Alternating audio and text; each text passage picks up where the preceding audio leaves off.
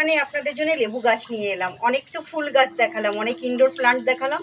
এবারে 1 বছর ধরে দেখুন এই লেবু গাছটি আমি মেহনত করছিলাম, তারই ফল, তারই রেজাল্ট। এই দেখুন তিনটে লেবু এসছে আমার এই গাছের মধ্যে। এই দেখুন কি সুন্দর হয়ে আছে। এটাতে কি দেবেন জানেন তো? বালি, মাটি, গোবর এবং হাড় গুঁড়ো আর শিমকুচি অবশ্যই দেবেন, আর ভার্মি কম্পোস্ট দেবেন। আর 15 দিন অন্তর অন্তর অবশ্যই করে এটাতে ডিএপি যে দানাগুলো হয় এগুলো অবশ্যই করে দেবেন। 15 দিন পর পর দেবেন, মাসে 2 বার দেবেন, তাহলেই হবে। এই যে দেখুন কত সুন্দর মাটিটা হয়ে আছে। মাটিটা এরকম ঝুরঝুরেই রাখবেন, এইভাবেই হবে। তাহলে আপনাদেরও গাছে এরকমভাবেই ফল আসবে। তাহলে আর শুঁয়োপোকার উৎপাত তো হয়ই হয় এই লেবু গাছে, জানেন আপনারা। তো নিম অয়েল স্প্রে করলে শুঁয়োপোকার উৎপাতটা থাকবে না, ফলগুলো ধরে রাখতে সাহায্য হবে।